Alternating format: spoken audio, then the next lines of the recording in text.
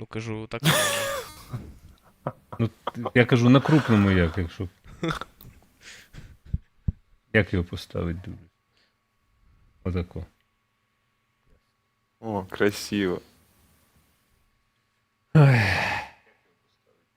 Ой, а то що, ми в ефірі вже чи що? О, красиво. Це нормально Вже. вже? Тобто він нас видав тихаря в ефір уже, чи? Він нас видав, в принципі, видав. Це людина, яка видає. Ну ми тут Видає не тільки етери, а в принципі видає. Про що ми і пересвідчимось. Так. Нападенка. Ті, хто не в Ну, курсі, є ми наше тут Шуня, який видає. обкладинка етеру чудова сьогодні. Так, ну що у нас тут? У нас тут небагато людей. Щось таке враження, що всі святкують День Святого Валентина. Хуліо Салюдос 2024, Хуліо Валверде. І Джуліо. Я це... Так, де Правда. всі? Де всі, я не знаю. Всі сидять уже, випивають і обмінюються обручками, потім цілуються, трахаються, ну все як належить на День Святого Валентина. Ми з тобою два упосліджених інформаційних маніяка. Сьогодні всі, хто мав би там зловити джекпот, він його зловив, піймав і пішов додому через гастроном. Ну, це я так жартую, насправді, не знаю, там хто святкує День Святого Валентина, було б що святкувати. Та й таке. Ну, правда, сьогодні є от привід. і я подумав. Є сьогодні Є, привід. безперечно, є. Ірина Короц. Ні, Ось. їдемо в метро з роботи. І дивляться. Тобто в метро їдуть і дивляться. Ну це вже прекрасно. Так, тому не забуваємо вліпити вподобаєчку і хочу сказати, ну і підписатися на канал, дзвіночок, всі ці зрозумілі рухи, які вже мають бути як безумовний рефлекс. От. І сьогодні знову буде Радіо Рома по завершенню вечірньої студії. Не знаю наскільки довго, тому що літачок він чекає, що я на нього почну вже клеїти стікери. Дивлюсь кабіну, я вчора, не знаю, треба. Ну, але це не заважатиме дофарбувати і кабіну, в принципі. Але в цілому вже можна клеїти стікери, бо колеса я буду розфарбовувати на чорне маркером чорним. Зараз вже сил немає, пише Ірина Короц. А ви хильніть щось, брют якийсь. От, наприклад, у вас стоїть брют, тут можна виграти брют, якщо поставити на ЗСУ мінімум 100 гривень, потім рендомно визначить. Літачок у вас там на задньому плані. Не забувайте ставити крипту, поки вона дешева, бо біткоін росте вже понад 51 тисячу доларів, між іншим, біткоін. Так що не жмотіться, ставте біткоін USDT, все це є на сайті donate.scripin.ua, так само хотів сказати, на СБУ, на ЗСУ ставте гроші. Тому що...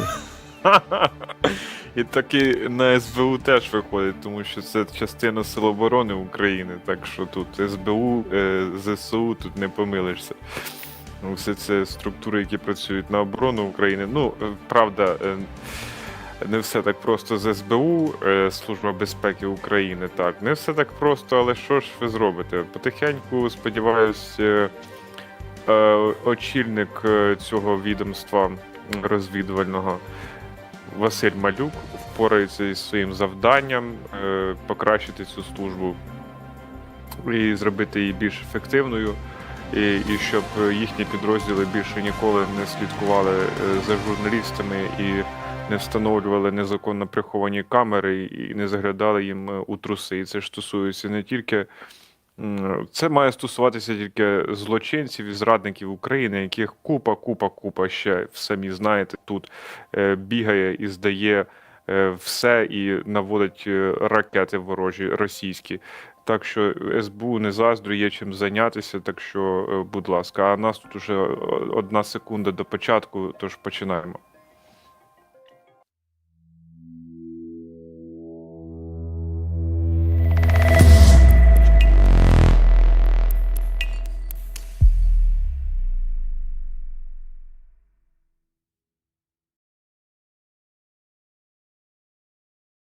Я русский военный корабль. Предлагаю сложить оружие и Альфа.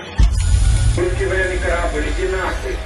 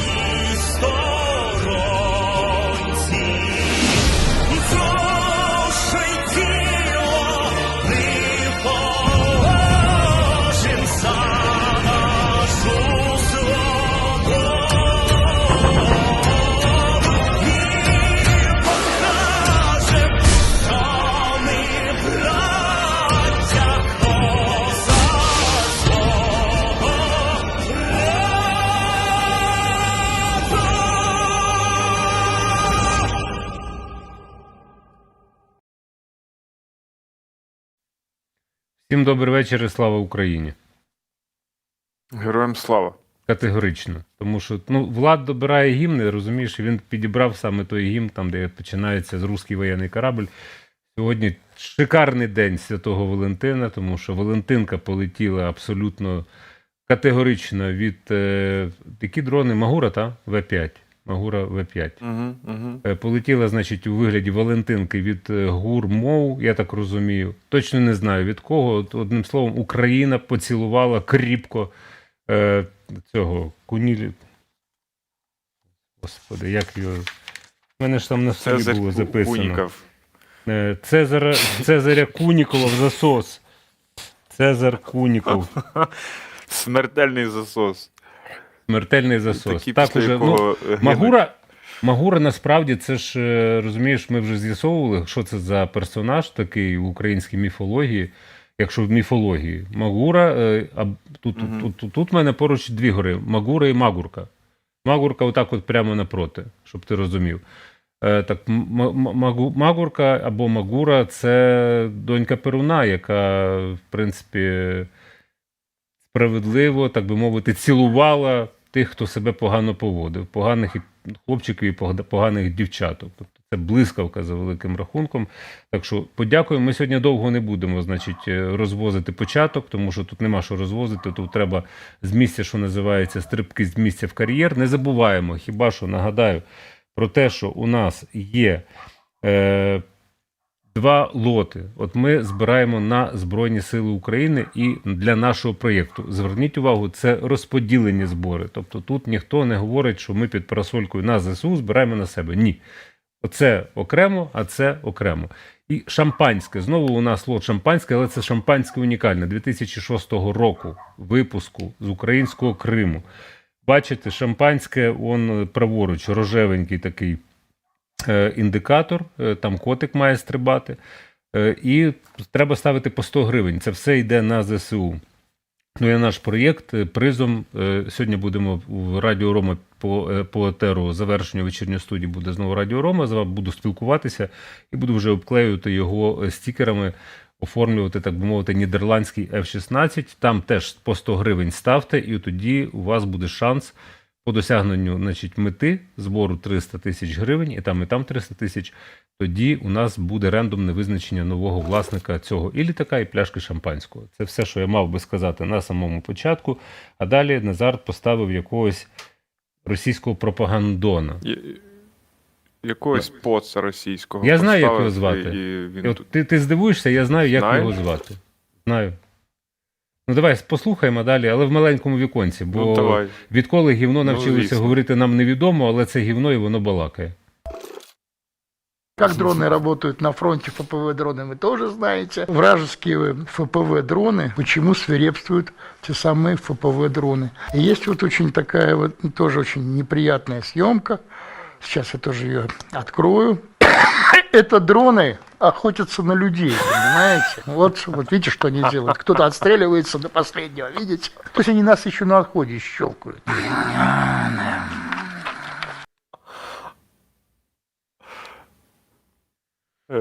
Закашлявся аж.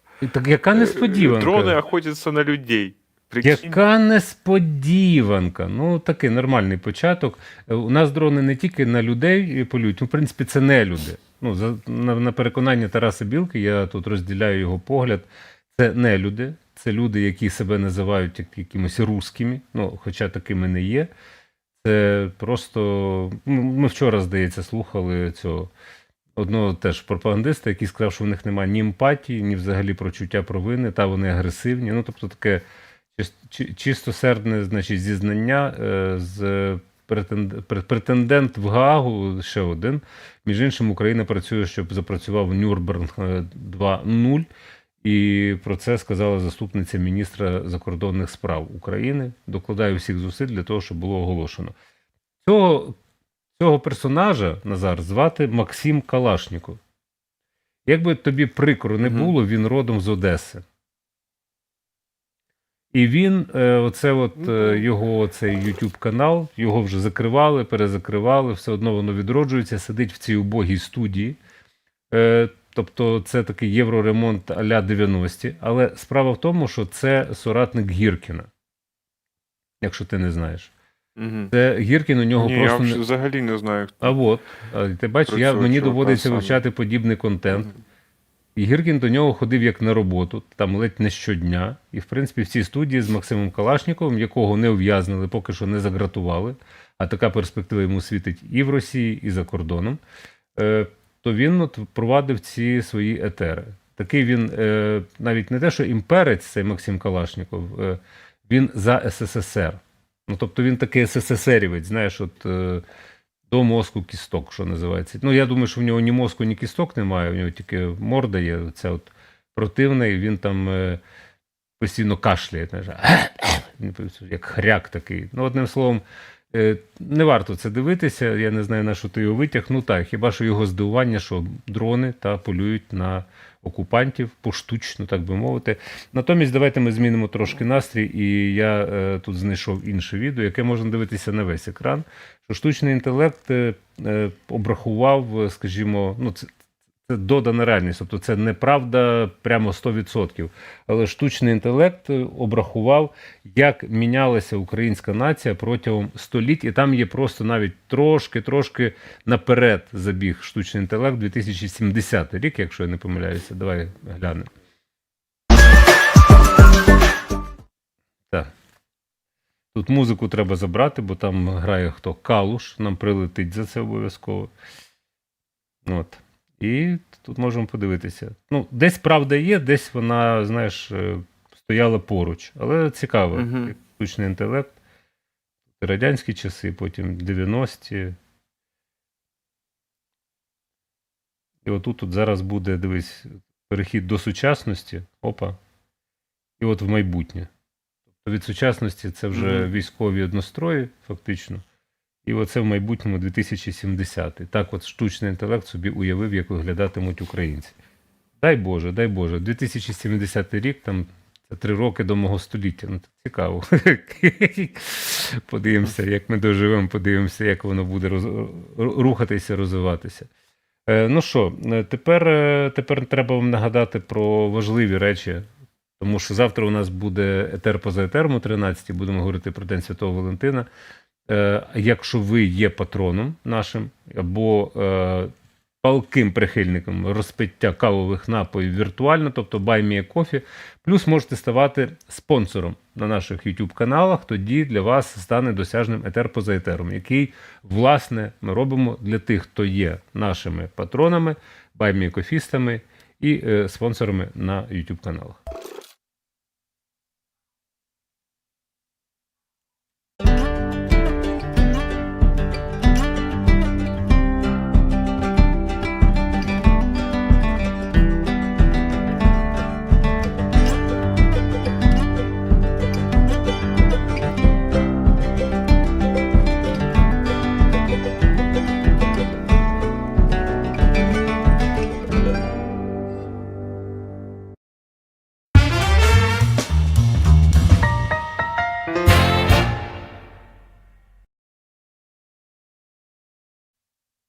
Ну і таке. І не забуваємо сипати на QR-коди. Пропоную вам щитувати їх щитувачем QR-кода, а не застосунком Монобанку або іншого банку. І там визначати суму, яку ви можете поставити, задонейтити. Хай котики стрибають цілий етер. І тоді ви стаєте учасником розіграшу. Ну, некрасиве слово розіграш. Рендомного визначення. Чи якщо ви на ЗСУ донейтите, то ви тоді можете претендувати на пляшку шампанського 2006 року, зроблену в новому світі Крим, тобто український Крим, або літачок F-16, який я розфарбував, склеїв власними руцями. Сьогодні буду клеїти наліпки на нього після вже вечірньої студії у Радіо Рома, і там буде теж рендомно будемо визначати нового власника цього літачка. Довго я його клеїв, але ви маєте можливість ставити мінімум 100 гривень, тоді ви берете участь. Так що давайте, щоб котики стрибали, що таке 100 гривень? Я вам скажу, що таке 100 гривень. Ті, хто курці, то це пачка цигарок. В принципі. Угу. І все. Пачка цигарок. Або 3 кави. От скажімо так. Можливо. А це не точно. Дивлячись, де ви п'єте каву. Що? Парочку хлібин. Ну, можливо, 3 хлібини. 3 хлібини, так. Далі розраховувати ви можете з самотужки, що це значить. І у нас все. Тепер от на 12-й хвилині, так недовго вас розважали і інформували.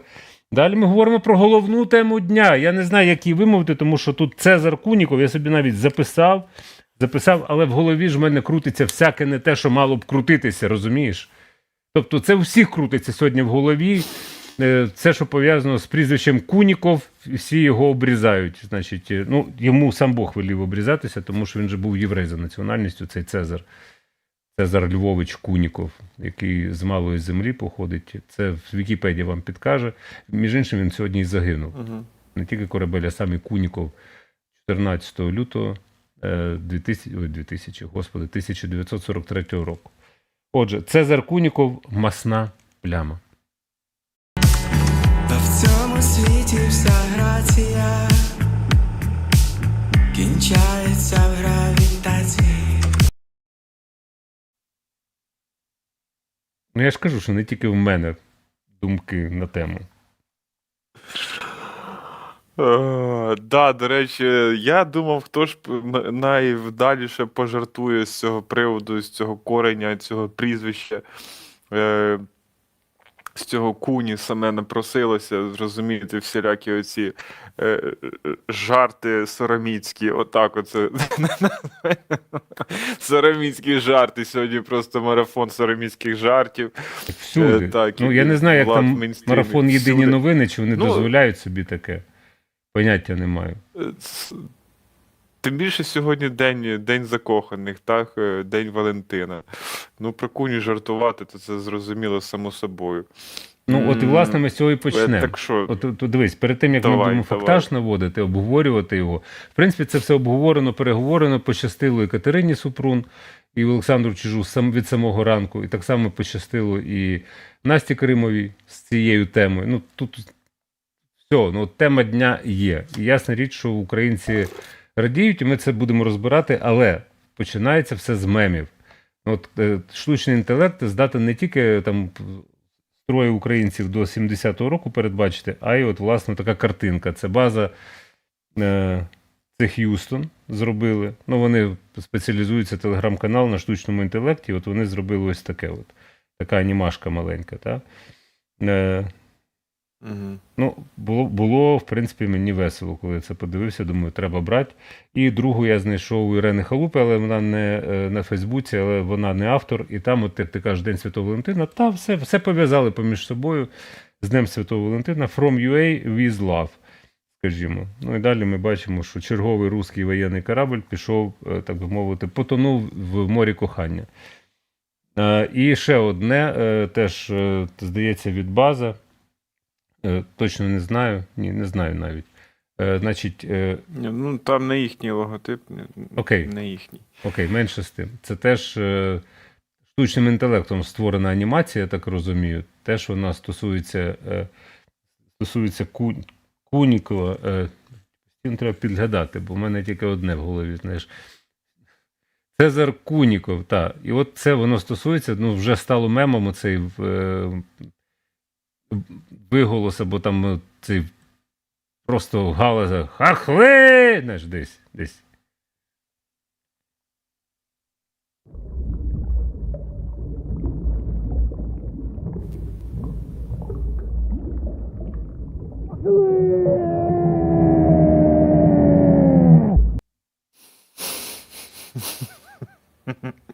Все. Меми скінчилися, Це був далі про капітан серйозне. Куні. Так, у нас з вами та. у нас з вами серйозна розмова чи шоу? У нас серйозна Куні розмова. шоу. Куні шоу. Ну, значить, значить, не дуже. Так, а перед тим, ну да, серйозна розмова. Головне управління розвідки, прес-служба їхня публікувала відео, як же ж відбувалася ця спецоперація на Чорному морі, біля берегів Криму, тимчасово окупованого. І там все, в принципі, видно. Дивимось разом.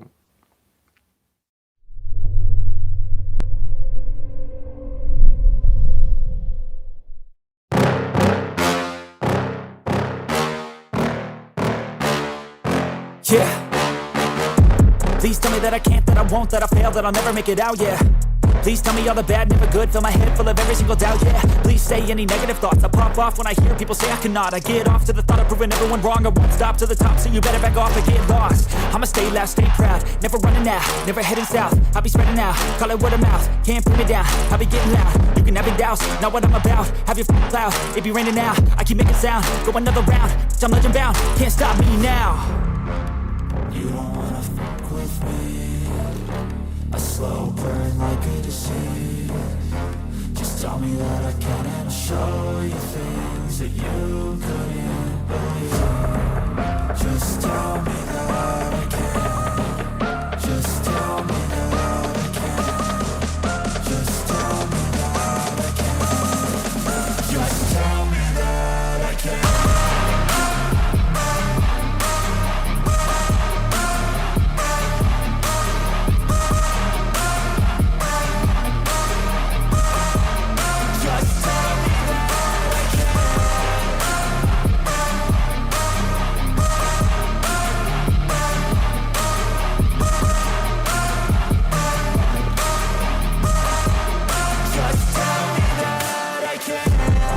Anything negative, cause I just wanna hear it out your mouth, yeah. Give me fuel, it's a tool that I use to go ahead and run my mouth, yeah. I take shots, I take loss, I make shots, I miss lots. That's how you get big box, you get yachts, you swing lots and pop off a big shot. I ain't done chasing, got big dreams, bigger things, impatient. Who's at the top think they need replacement? Who's at the top think I'm gonna erase that, face it. I don't give up quick, I don't give up, I won't give up this. Cause I know that I want it, know that I'm on it, I'll make it, I promise. You don't wanna fuck with me. A slow burn like a disease. Just tell me that I can and I'll show you things that you couldn't believe. Just tell me that I can. Just tell me that I can. Just tell me that I can. Just tell me that I can.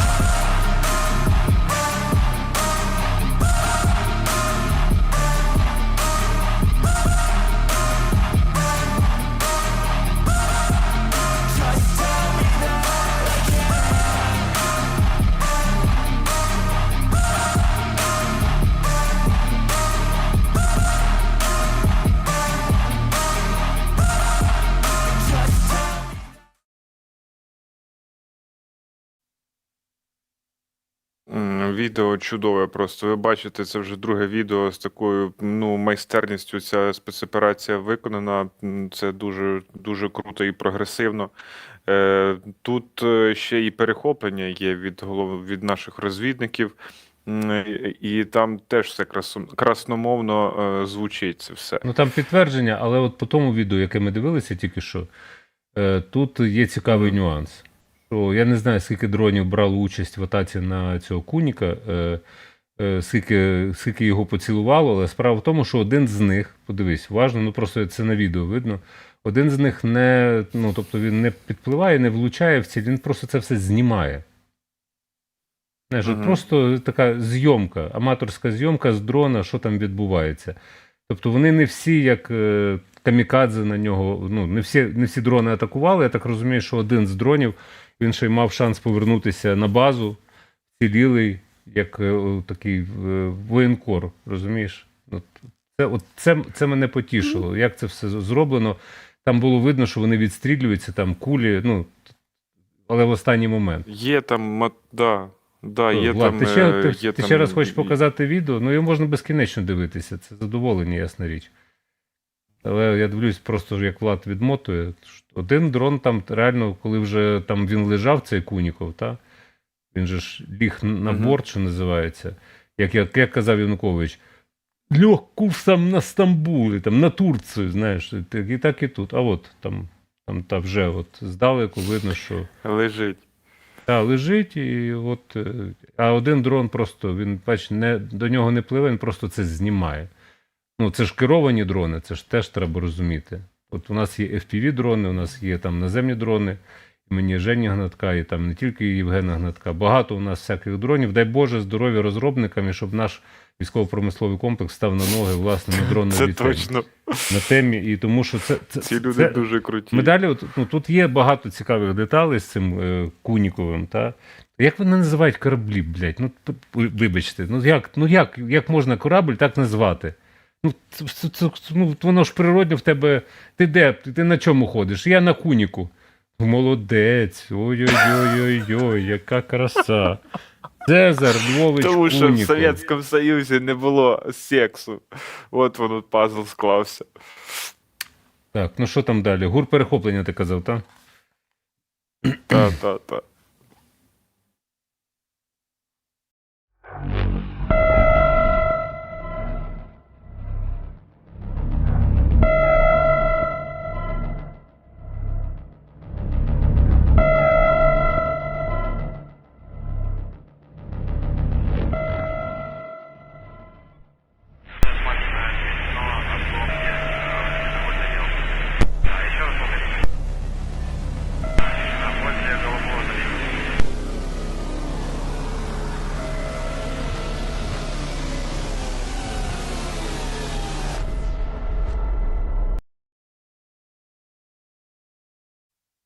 Не чує баба. 9, 10, еще раз повтори.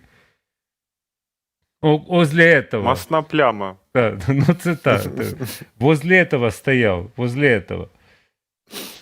Ну, Возле там... дома твоего. Та. Так. І? Так, а далі нам більше деталей про цей інцидент в Чорному морі розказав представник Головного управління розвідки Міноборони Андрій Юсов. Тож послухаємо всі разом цей коментар. Складний період, складні часи, але тим не менше і в ці складні часи українці і українки мають право на свято. І тому Головне управління розвідки і всі складові Сил безпеки і оборони України привітали сьогодні українців і українок з Днем Святого Валентина. І ось така успішна операція, коли Цезар Куніков тепер на дні, і всі від цього тішаться і радіють. І весь світ бачить, як ефективно працюють українські морські дрони. Магура – це тепер дуже потужний бренд, точно більш потужний, ніж російські так звані великі десантні кораблі. Те, з якою частотою відбуваються подібні успішні операції, ну, власне, показує, що українці вчаться і на своїх операціях, вдосконалюють тактику і стратегію, і, безумовно, такі заходи будуть продовжені. І сьогоднішня поразка і знищення великого десантного корабля чергового – це великий удар по спроможностям флота агресора. Безумовно, наслідки цього агресор буде відчувати. По суті, зокрема, після сьогоднішньої операції на довгий період можна ставити таку жирний хрест на плануванні і намаганнях ворога проводити десантні операції серйозні проти України. І, в принципі, тут Пісков сказав, що коментувати це має Міністерство оборони.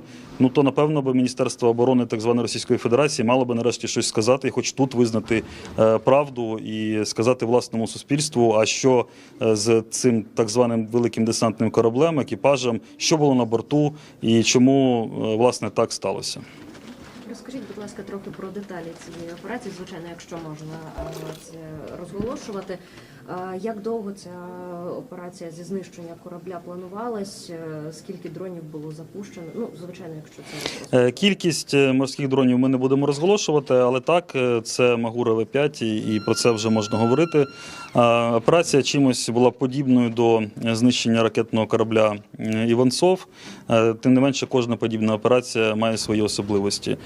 Так, під час виконання бойового завдання був знищений великий десантний корабль «Цезар» Куніков. І, власне, у того самого Цезаря сьогодні так історично склалося ще й день народження. Тому все в один день співпало. Приблизно 4 кілометри від берега, в районі Алубки, власне, і була реалізована ця операція. Звичайно, це складні комплексні операції, вони готуються тривалий час, відстежуються маршрути, збір даних відбувається, і планування самої операції. Все пройшло за планом, результативно. Ворожий корабль знищений і не підлягає відновленню. Разом із вантажем, там було БК, і за наявною інформацією більшістю екіпажу не вдалося врятуватися. Що ти сміявся? Юсов, між іншим, досі мені згадується, як він був в порі, розумієш, під час Майдану 2004-го. Що робить з людьми час? Але в нього тут обмовки там є. дата Так.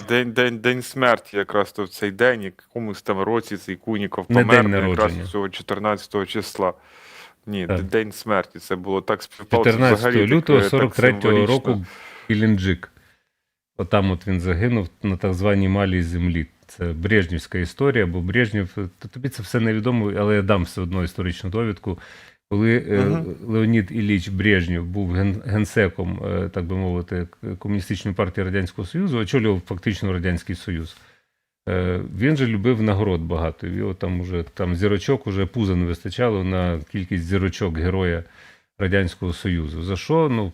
Треба було придумати легенду. Легенду було придумано, було написано книжку «Малая земля». Значить, і Куніков воював на оцій малій землі. Тобто на Тамані, відстоював, це «Малая земля» вважалося. І цю книжку обов'язково всім в усі освітні заклади було обов'язково придбати.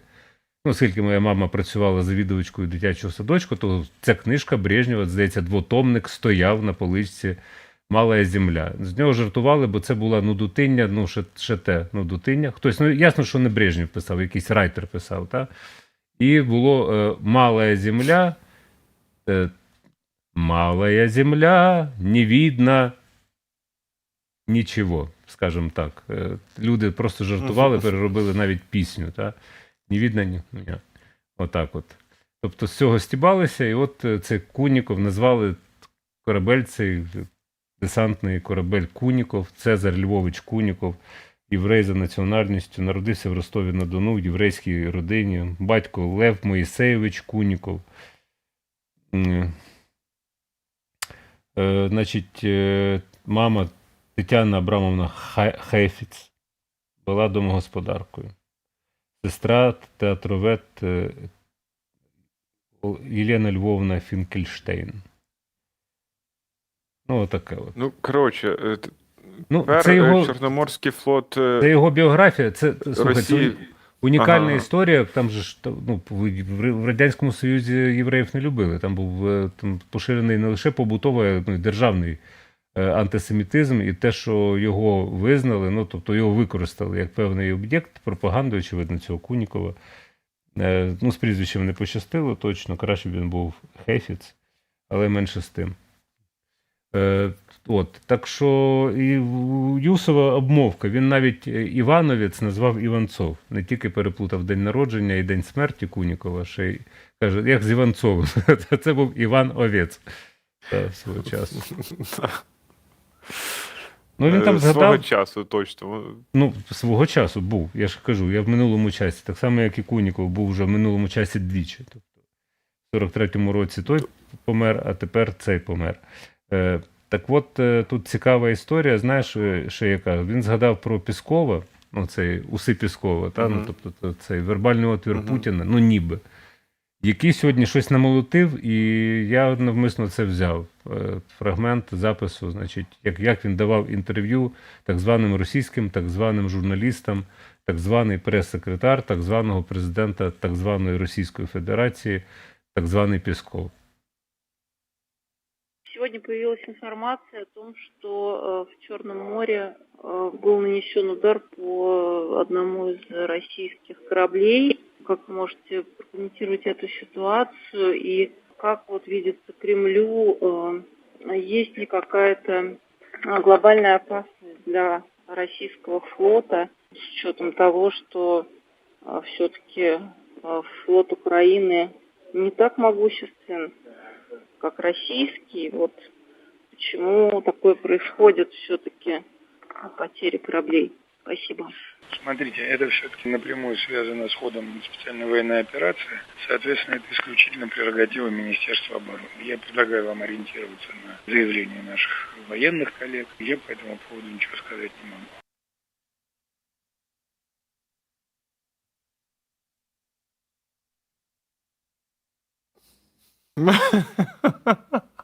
Почему такое происходит? Почему такое происходит з російським флотом? От я хотів би сказати, що Чорноморський флот так званої Російської Федерації дуже швиденько перетворюється на новоросійський флот Російської Федерації. Ну, якби звужується до мінімалки. А там буде, ну так, десь так воно і звужується, в принципі, так.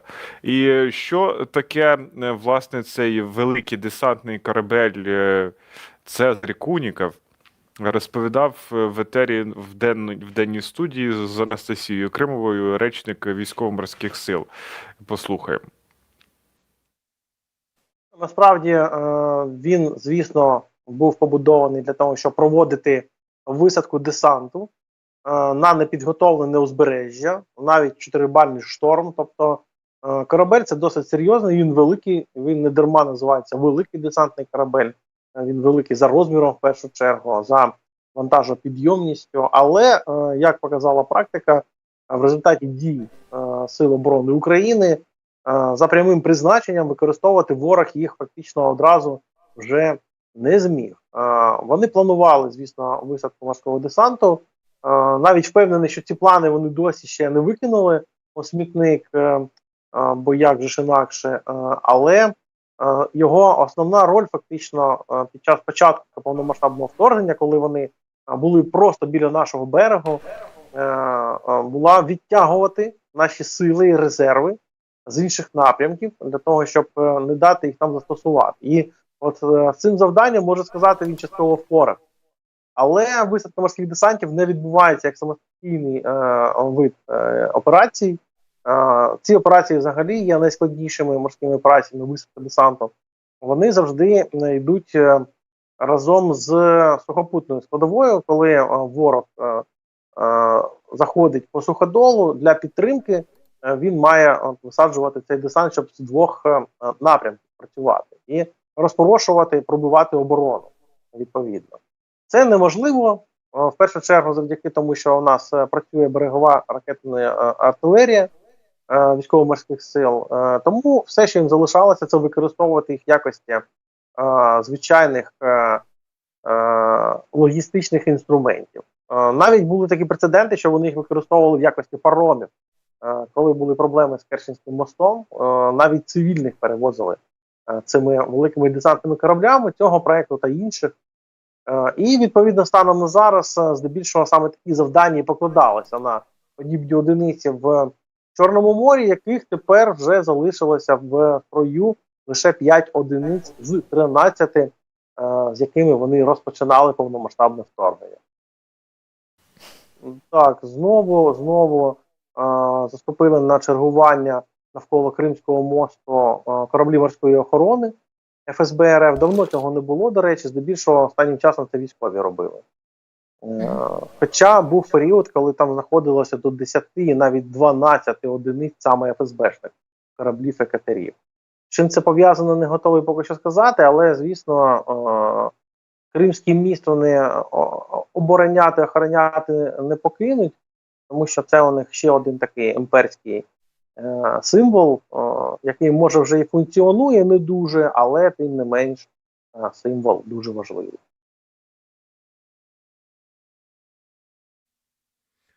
Цікаво мені, знаєш, що? До речі, тут було сказано. Так, кажи, вибач, ми одночасно почали. Тут було сказано про те, як ці кораблі подібні цьому куні кораблю, коротше, були подібні, і є ще досі подібні в них такі кораблі.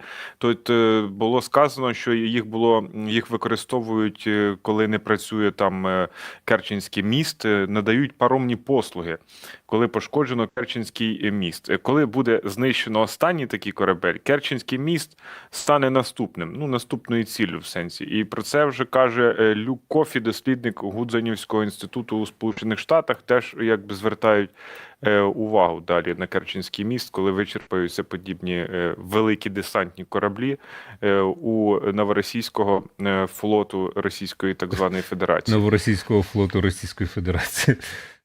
Там справа в тому, що за усіма угодами міждержавними, які тепер можна викинути, то російський флот Чорноморський мав би вийти з Криму в 17-му році. Навіть за тими угодами, які там підписував Янукович, Юля, Харківські угоди і так далі. В принципі, вони мали вийти в Новоросійськ. Вони нічого не зробили. Тут не лише Україна розгільдяє, яка Україна не дбала за власну армію, за озброєння і так далі, протягом 30 років незалежності фактично. Там вже в останній момент надолужуємо, як студент перед іспитом. Тебе такий хороший світшот, я тільки помітив. І вони мали б розбудувати базу Чорноморського флоту у Новоросійську. Вони нічого не зробили. Тепер їм нема куди пхати Чорноморський флот за великим рахунком. Де його сховати? Кажуть, що вони почали там в Абхазії будувати в Очамчирі, на окупованій території грузинській, була Абхазька автономна республіка в складі Грузії, все ж таки була, і лишається за всіма міжнародними нормами, як і Південна Осетія. Так вони в Очамчирі вирішили там щось будувати.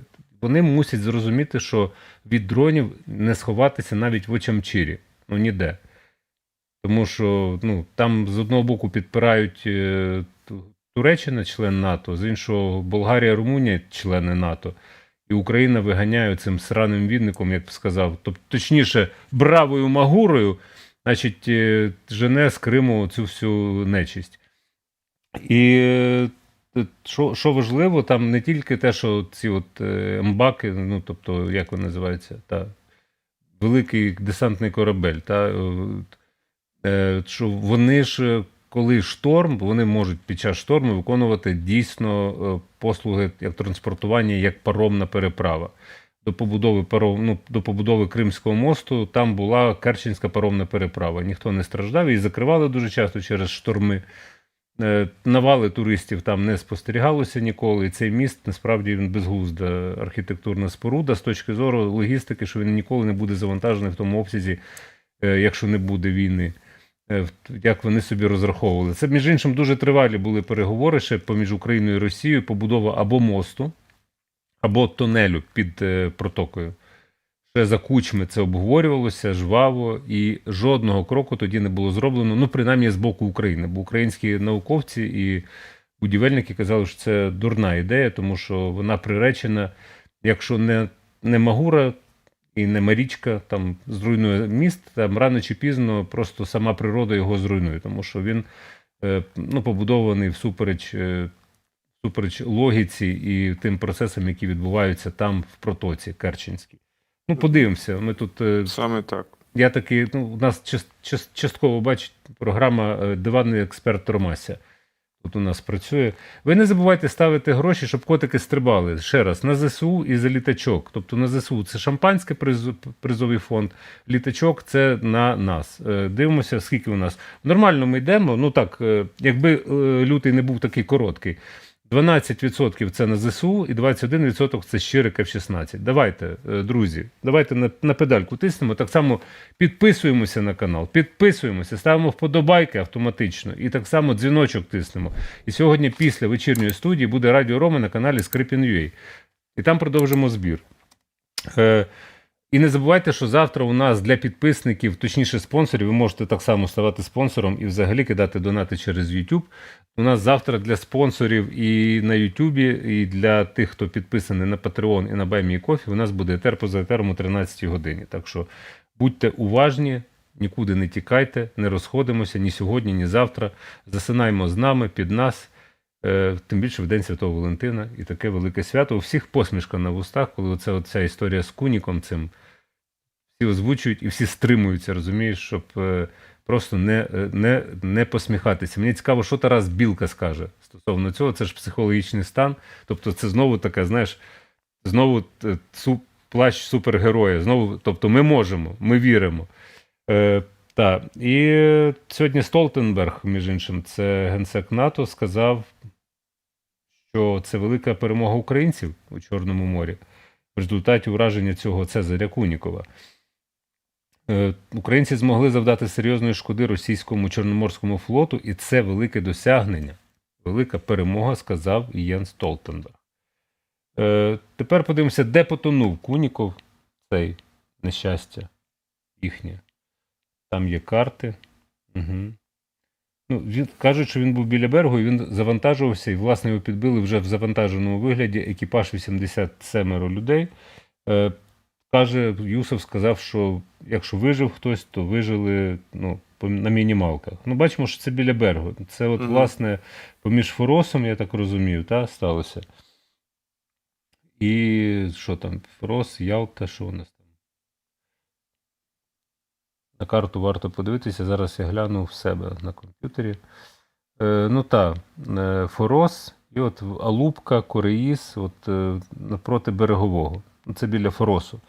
Форос – це таке чарівне місце, там радянські керівники мали дачі. Там, в принципі, був Горбачов ув'язнений у Форосі під час перевороту 91-го року ГКЧП в Радянському Союзі. Екіпаж пішов робити куні русалкам, пише ДДР-5. Дотепно, влучно, мені подобається. Так, тепер у нас далі, окрім того, що де він потонув, далі ти вже графіку цю прокоментуй, скільки знищено Чорноморського флоту. Це Deep State Map, їх супутня. UA War Infographics. Це... Це їхній паралельний канал. UA War Infographics. Ага. От що ви побачили, Чорноморський флот Російської Федерації, нові будиночки для риб. Так от це вже крейсер Москва, Саратов, Новочеркасск, десантний корабель Оленігорський Горняк, корабель Мінськ, Цезар Куніков, про який всі ми тепер знаємо, і русалок. Середній, так, Іван Хурс, Ростов-на-Дону – це підводний човен, щоб ви розуміли, морський тральщик Іван Голубець, Івановець, рятувальник Василій Бех, протидиверсійний катер Суворовець, ще десантний катер Д-704, щось тут у них, бачите, з назвами тут уже пішло не так. Серна, два десантні катери, щоб ви розуміли, це все було по одному, а тепер 6 патрульних катерів «Раптор», 2 катери проєкту «Тунець». Повний Тунець, точно. От що. публічно повний. І закінчується це все повним тунцем. Це публічно відомі випадки знищення кораблів та катерів ВМС Росії за час повномасштабного вторгнення. Якщо в відсотках брати, то це там називалось 20%. Тепер трошки більше буде, зрозуміло, відсотків знищених кораблів російських.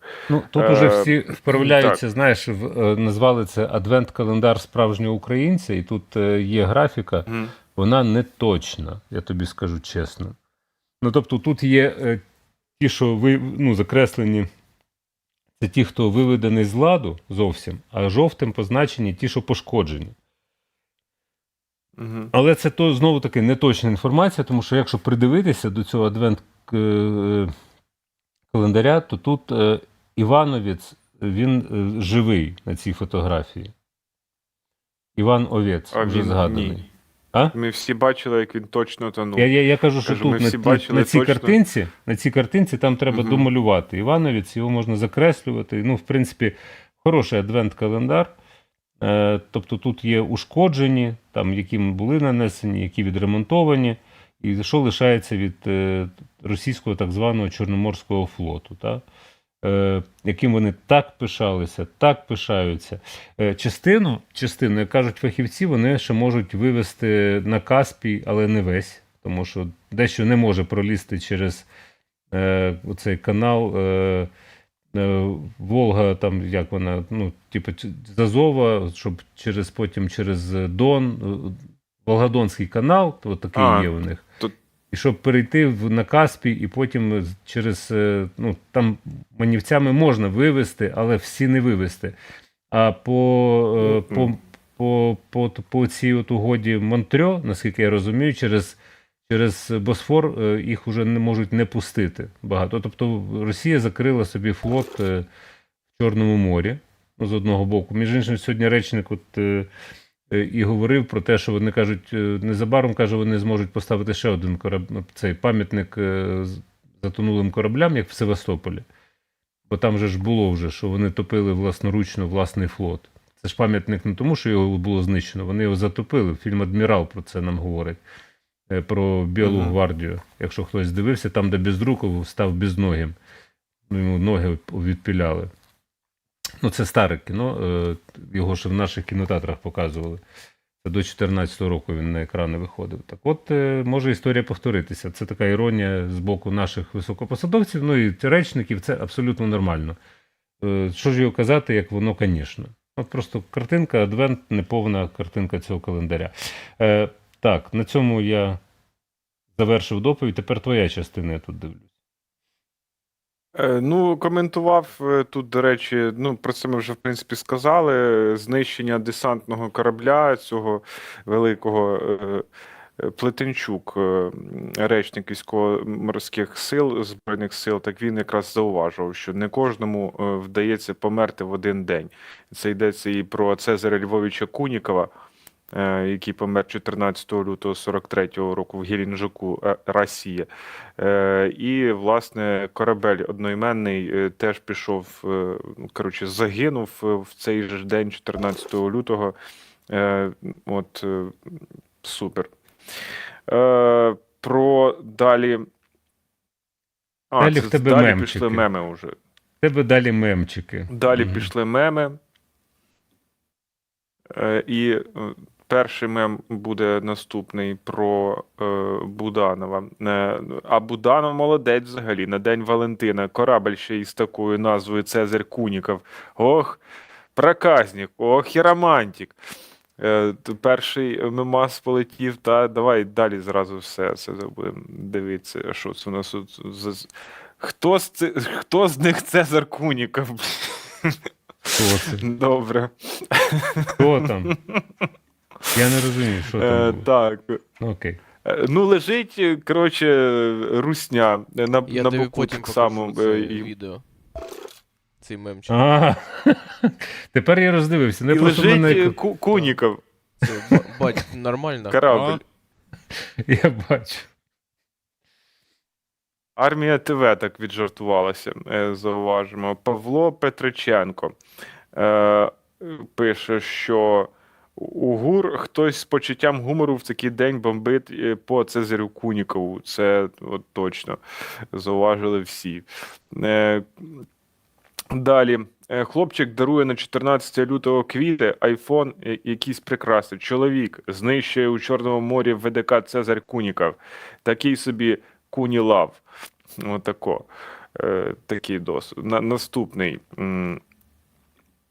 Наступний. Я гадав, що Цезарь Куніков вже самодостатній мем. Але відправити його туди униз на 14 лютого – це просто шедеврально. Відправити униз на 14 лютого. Так, любов – це коли дивитися, як горять російські військові кораблі, і з Днем закоханих вітає Цезар Куніков. Наступне, що ми можемо побачити з таким надписом: «Мальчик на День Святого Валентина дарує тобі куні. Чоловік на День Святого Валентина дарує тобі потоплений Цезарь Куніков». Наприклад. І що там ще є у нас? Мешканці Бікіні Ботом зустрічають російський корабель Цезарь Куніков. От зліва. Ну, а це вже- Ну, я думаю, а хто ж? Хоча всі ми Латекс знаємо, хто фауна. справжній Цезарь Куніков, а не якась дешева російська підробка. От тако. От тако. І ще один Цезарь Куніков, Магора дорівнює любов. Цезарь Куніков плюс Магора дорівнює любов. Отакий, так? Угу. Да, пряме влучання. Ну і ще там той, який, в принципі, переміг. Переміг за моєю версією, правда. Я з тобою погоджуюся. це Я от хотів сказати, Інна Солоденьке, остання картиночка, Інна яка, знаєш, Солоденьке. непрохідний мемчик, а Назар, я його подивився до етеру там. Владик, я сподіваюся, це наступний слайд. Влад. Інтригу, тримай інтригу. Ви тим часом ставите вподобайки.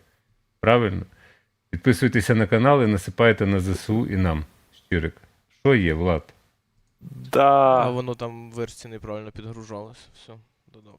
Що там, я його дивився. Ти викачав, так? Да? Ну все, ось інтрига воно, скінчилася. Інтрига скінчилася. Цезарь Куніков.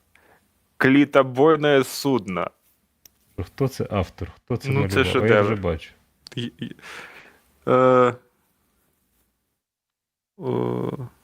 Я вже бачу. Мошковський. Це Я не знаю, хто це, але це, от, як на мене, найвлучніше. Клітобойне судно.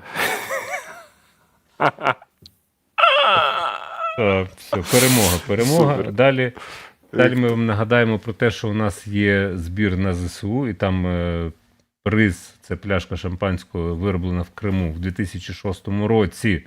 Наше кримське шампанське, новий світ, Брют Кюве. Ну і нам на проєкт, будь ласка, теж по 100 гривень ставте, і тоді ви берете участь у рандомному визначенні нового власника. Літачок F-16, сьогодні буду його вже доробляти під час Радіо Рома по завершенню етеру вечірньої студії. Далі не така весела тема, абсолютно не весела тема, я б сказав так. Називається вона Авдіївка.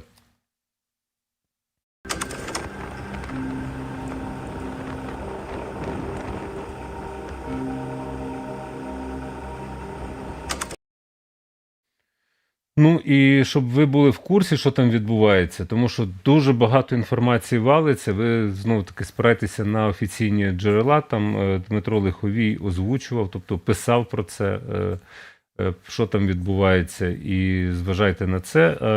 Тут мені Влад підказує, що я маю перейти все ж таки на EdPro, для того, щоб показати карту, що там відбувається на Deep State Map. Я б вам радив керуватися цією мапою. Там, де є інформація, якою хлопці керуються, коли її оновлюють. Ну, це за оновлення 14.02, ось 19.08. Це ми можемо подивитися. А як там справи в Авдіївці? Там багато пишуть ті, хто є на місці. У нас на телеграм-каналі umn.ua, якщо ви зайдете, там є документальна зйомка руснявого вояки. Вони ходять там, шукають трупи. Ну і в принципі показують об'єктивну картину втрат під Авдіївкою русні. І ми не можемо це показати на Ютубі, тому що нас забанять просто. Ютуб такого не любить. Але якщо ви зайдете на телеграм-канал до нас, то можете це подивитися відео без цензури.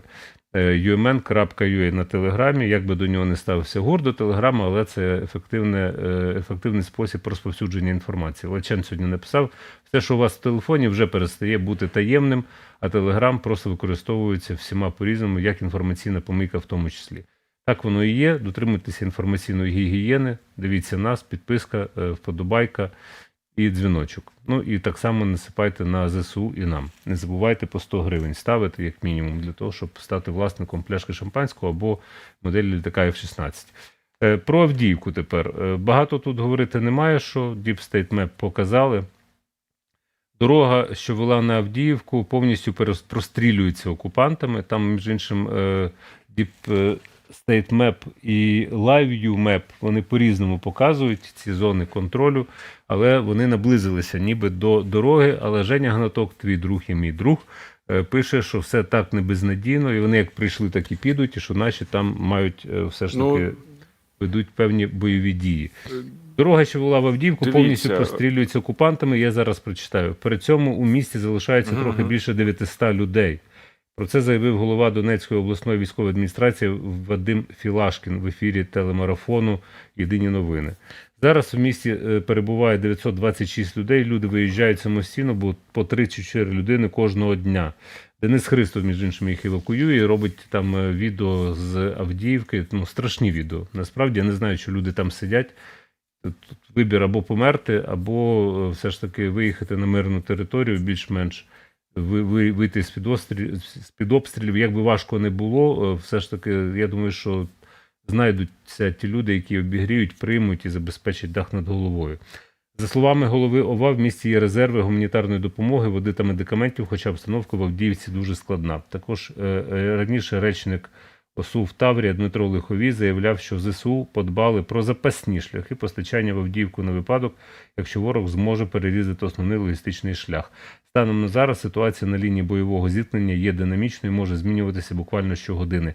Наші війська докладають усіх можливих зусиль, щоб утримати визначені позиції, розповів Лиховій.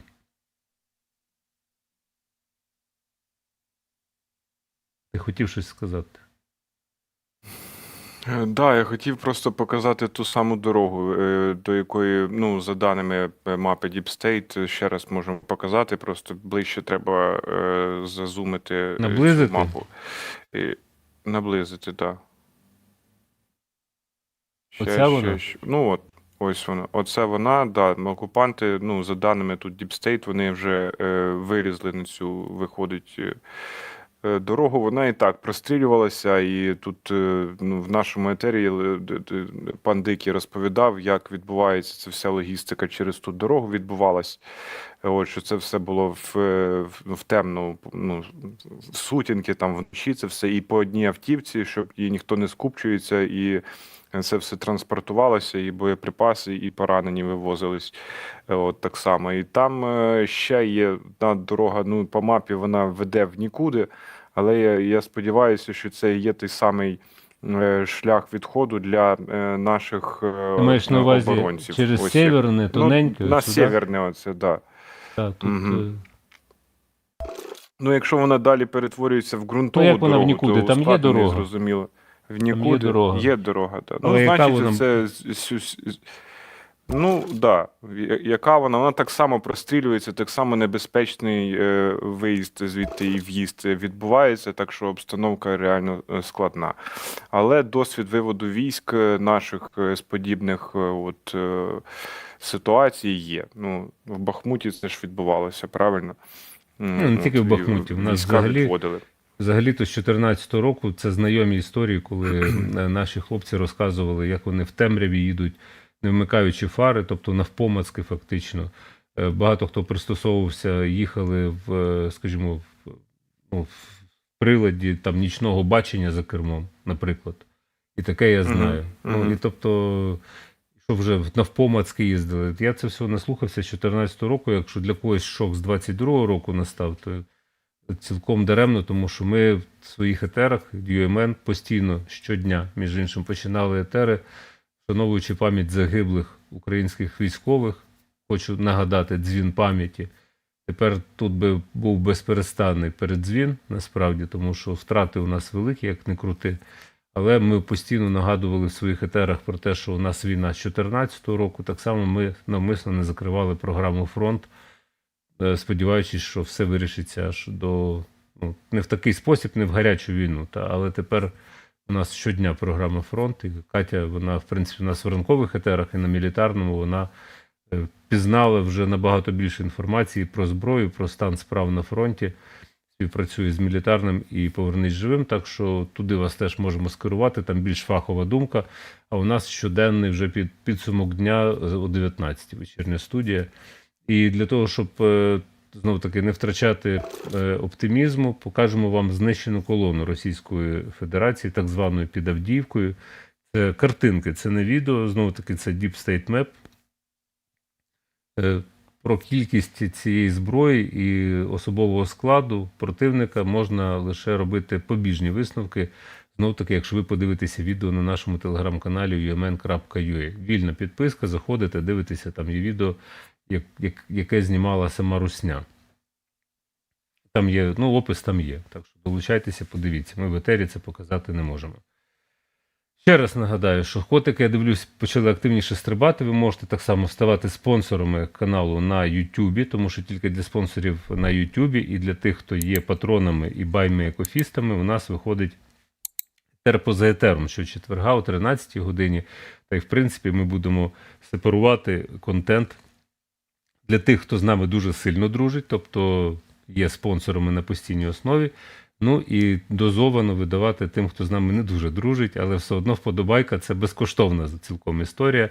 Ставимо по 100 гривень нам і на ЗСУ. І якщо на ЗСУ ви потенційний власник пляшки «Новий світ», «Брют Кюве», або якщо ви на наш проєкт, то модельки літачка F-16. Я склеїв і розфарбував. Сьогодні будемо клеїти на Радіо Рома після вечірньої студії стікери на нього вже оформлювати остаточно. Ну що, далі Рамштайн? Так.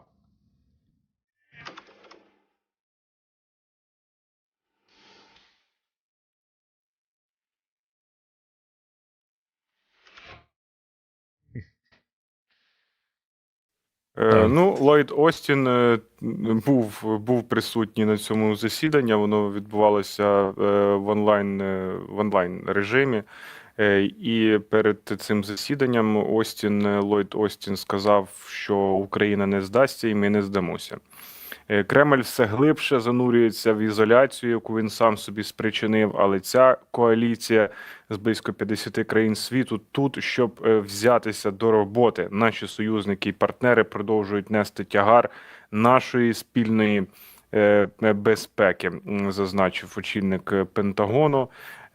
І, все, що там відбувається, мало відомо, але наприклад, що стало відомо. Канада виділить 60 мільйон канадських доларів на оборону. Це все на оборону України, і це повідомив канадський міністр національної оборони Блер на засіданні Рамштайн. І за його словами, ці гроші допоможуть забезпечити і отримати необхідне обладнання і матеріали для F-16.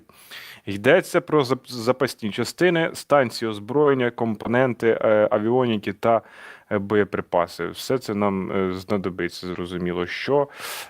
Так, ще на чому робили поки там читав акцент. про F-16 і Канаду, Так, я так. розглядав, як він пофарбований насправді. Думаю, так, що я маю зробити, що я ще не зробив. Так, подивимося. І там, що цікаво, Рамштайн, от мені все ж таки не просто сам факт проведення Рамштайну, все ж таки його результати мене більш цікавлять. Про результати поки що... Поки що немає що сказати, але Рамштайн невідомо. відбувся, планувався він очно, як там вони мали зустрітися. Але в контексті Рамштайну міжнародної допомоги все ж таки, дивись, тут у нас НАБУ активізувалося і, в принципі, виявлено передумови, які дозволяють значно завищувати ціни на певні категорії продуктів. І НАБУ виступило з рекомендаціями і так далі. Там вони виявили, що деякі продукти закуповуються за завищеними цінами, такі як яйця, елементарщина така, розумієш? А деякі, скажімо, як лосось чогось в армію хтось купує, але за заниженими цінами. Може, червону ікру вони теж купують, такі елітну продукцію там купують за заниженими. В принципі, там ціла низка інфографік, я думаю, що ви її знайдете на офіційному сайті НАБУ і на телеграм-каналі НАБУ. І варто вивчити для того, щоб тримати руку на пульсі. І це добре, що під час навіть війни НАБУ все ж таки викриває ці схеми, щоб це не повторилося, тому що ця фотографія Алієва з залу суду, де він тримається за голову після того, як йому обрали запобіжний захід, вона облетіла і, така вона красномовна досить. Я не буду виносити ніяких вироків Лієву, просто звертали увагу постійно, а де ж Лієв, а що Лієв? Він вже готовий не тільки детектор брехні пройти приватний, він тепер ще й державний детектор брехні готовий пройти. Але насправді детектором брехні відкараскатися від цієї справи ніяк не вийде. Це може бути елемент розслідування лише. А нехай буде завершено слідство і встановлено всі факти. Тому що там все ж таки він щось можливо, не договорює. Він каже, я не винен, просто я відповідаю тепер за вчинки інших людей, нехай вони відповідають. Тобто там все ж таки він щось знає, і очевидно, якщо він це знав, то він гіпотетично може бути співучасником цього злочину. А це йдеться про величезні гроші, про мільярди гривень, які розкрадалися, власне, в цьому департаменті забезпечення Міністерства оборони України за міністрування пана Резнікова. Тепер питання, де Резніков. Якщо я ставив методично, де Лієв, я тепер буду питати, де Резніков. Я знаю, що він розшився в адвокати назад. Ну, тобто з міністерської посади, з держслужбовця знову став адвокатом.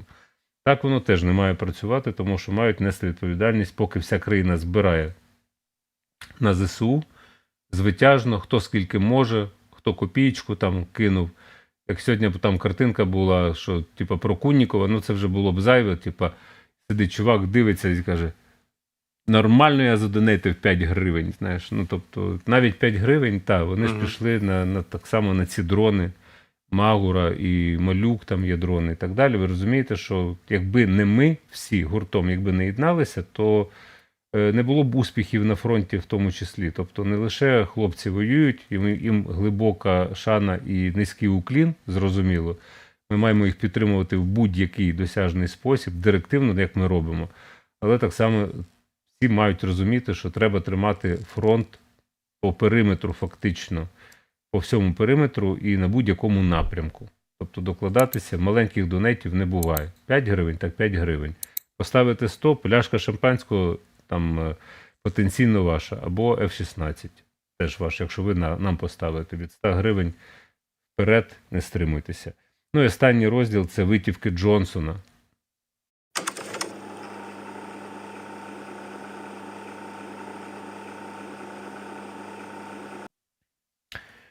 В чому він мені все більше схожий на маніяка, цей Джонсон. От оця фотографія, такий погляд, і мало того, він коли там з Різдвом вітав українців, каже, нарешті українці там святкують Різдво в один день. Майк, дорогенький, та до сраки нам це от Різдво і всі інші свята, якщо ви не допомагаєте. Обіцяли, не допомагаєте. От у нього точно, що погляд маніячели. Знаєш, хоча кажуть, що на нього вже тиснуть республіканці в Палаті представників. Кажуть, Майк, ти що, ну я зараз буду довільно переказувати, ти що, припух, Майк? Тут треба допомагати. Та? А він каже, я не поставлю на голосування оцей законопроект, який Сенат уже ухвалив. І тут інтрига лишається. І на нього починають тиснути. Тим часом сам Майк Джонсон хоче особистої зустрічі з президентом США Джо Байденом, перш ніж продовжити роботу над проєктом із фінансуванням для України та Ізраїлю. Ну там ще Тайвань через кому, між іншим. Про це повідомляє телеканал NBC з посиланням на джерело, близьке до Джонсона. Ну, власна інформація звучить, як я її не люблю, щоб вона звучить. Канал NBC на джерело, ну окей. Я сподіваюся, його дотиснуть, і ми вчора, я там цитував Марка Супруна, що вони вже придумують план Б і план С, як обійти оці витівки Джонсона, які не хоче ставити ніби цей законопроєкт на голосування в Палаті представників, тому що за всіма підрахунками голоси за цей законопроєкт є. І от він уже як остання соломинка в жопі цього Трампа. Жаба Трамп, знаєш, як в дитинстві надували соломинку, це остання соломинка, за яку вхопився Трамп. Тобто Джонсон перешкоджає. Це оціночне судження. Не пишіть листи, будь ласка, в американське посольство. Я ще сподіваюся візу отримати. Хоча я за неї сплатив, але почалося широкомасштабне вторгнення і всі мої гроші полетіли в трубу. Двічі переносили через ковід, перенесли співбесіду, а потім війна все скасувала, та велика ця війна. Але все одно, я сподіваюся, що, можливо, ще отримую візу в Сполучені Штати, можливо, ще раз туди поїду по справах і повернуся обов'язково, я не ухилянт. От, і що сказали в НАТО про ці витівки Джонсона і республіканців? Ідея і фокус НАТО – запобігти війні. Будь-які припущення про те, що ми не будемо захищати одне одного, підривають нашу безпеку. Ну, це вже на заяви Трампа, та? Розуміємо. Коментуючи останні скандальні заяви Дональда Трампа, в яких той поставив під сумнів намір захищати інших союзників у разі нападу РФ.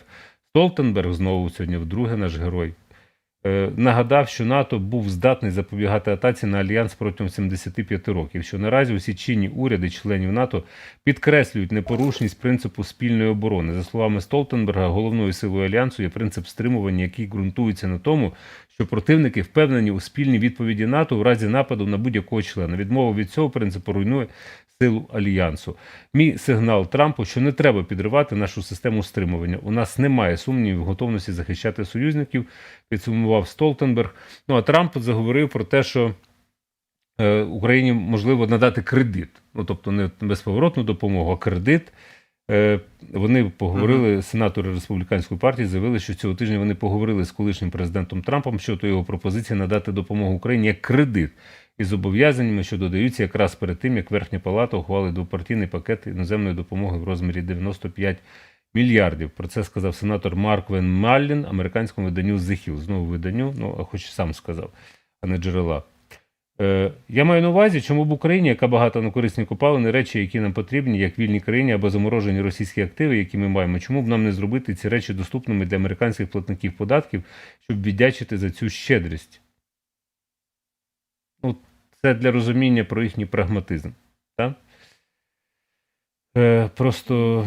До речі, тут ця цитата підтверджує твої роздуми на тему, що от американцям дуже б хотілося б отримати ласий шматок у вигляді конфіскованих, тобто заморожених російських активів. Так. Зараз вони роздумують, як там прибутки над, що це там, прибуток на відсоток від того, як це воно там відсотки, це ж, це вкладення в цінні папери, вони приносять дивіденди. Тобто дивіденди вони хочуть собі вже, а давайте їх, нам зараз байдуже, нам треба не те, що встояти, нам треба, чесне слово, треба йти вперед і будь-якою ціною. Тобто Байден, між іншим, профукав ленд-ліз. Взяв і просто, це було ухвалене рішення. І взяв і профукав ленд-ліз. Я все ж таки сподіваюся, що у нас післязавтра буде шановна і дуже крута гостя на програму USA Plus V, там розпитаємо. І сподіваюся, що вистачить здорового глузду і клепки, значить, у Палаті представників дотиснути на цього Джонсона для того, щоб проголосувати допомогу Україні, Ізраїлю і Тайваню. Йдеться не тільки про Україну, тому що ці іграшки з вогнем, загравання і так далі, це... Можуть багато хто трактувати, що Трамп в змові з Путіним. Ми з тобою це вже обговорювали. Я не можу повірити, що... тобто це де-факто зустрілися гопнік і барига фактично, Трамп. Він постійно говорить про гроші, тому що це звичайна американська логіка. Щоб хтось поступився першістю комусь іншому, симбіоз такий він не тривалий, він не може бути тривалим. Тому що один все ж таки, як не крути, Америка демократична країна, і там у Трампа не така проста історія, там же ж судові справи досі про те, що він ще не точно кандидат в президенти. А у Путіна це ж диктатор, причому божевільний диктатор. Про що ми говоримо зараз? Про те, що вони навряд чи можуть бути союзниками, тривалими союзниками. А Трамп просто, очевидно, втратив відчуття реальності. Там польський кордон, це теж тема, яку всмоктувати я ніяк не хотів би, тому що поки що... Бо там є заява, скажімо, віце-спікера Сейму Польщі з партії, селянська партія, Пьотр Згожельський, він сказав, що риторика Садового про розсипане зерно – це бандерівська мова. Да? Так. І що? А за яким це він таким сенсом сказав бандерівська мова? Що це Натомість значить? українські перевізники будуть блокувати українсько-польський кордон з нашого боку і не пускати польських перевізників. За цим треба стежити. Ясно, що це тема в розвитку, хоча знов-таки це справи урядові. Це ніяк воно так не вирішується. І тут була нарешті заява українського уряду про те, що ми вирішуватимемо це питання на міжурядовому рівні. Пане Шмигаль, швидше якось реагуйте на такі виклики, тому що не минулого року, як ви почали реагувати на подібні оці ризики, які у нас на україно-польському кордоні.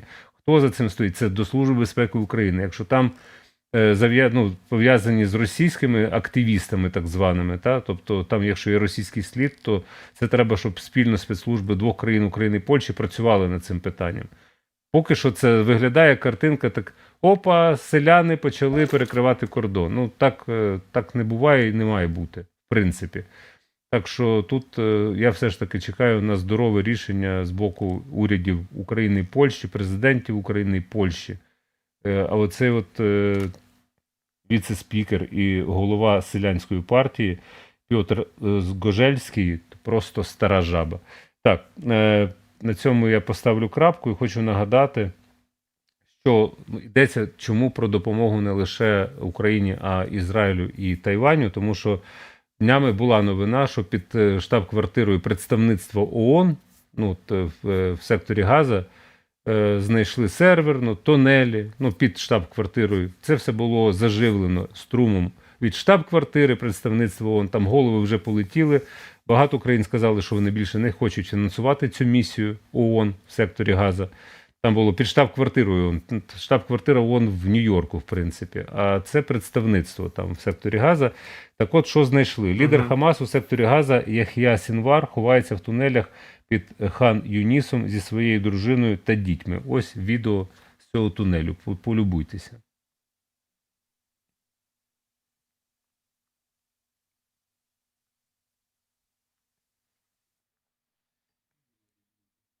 Воно без звуку, я знаю.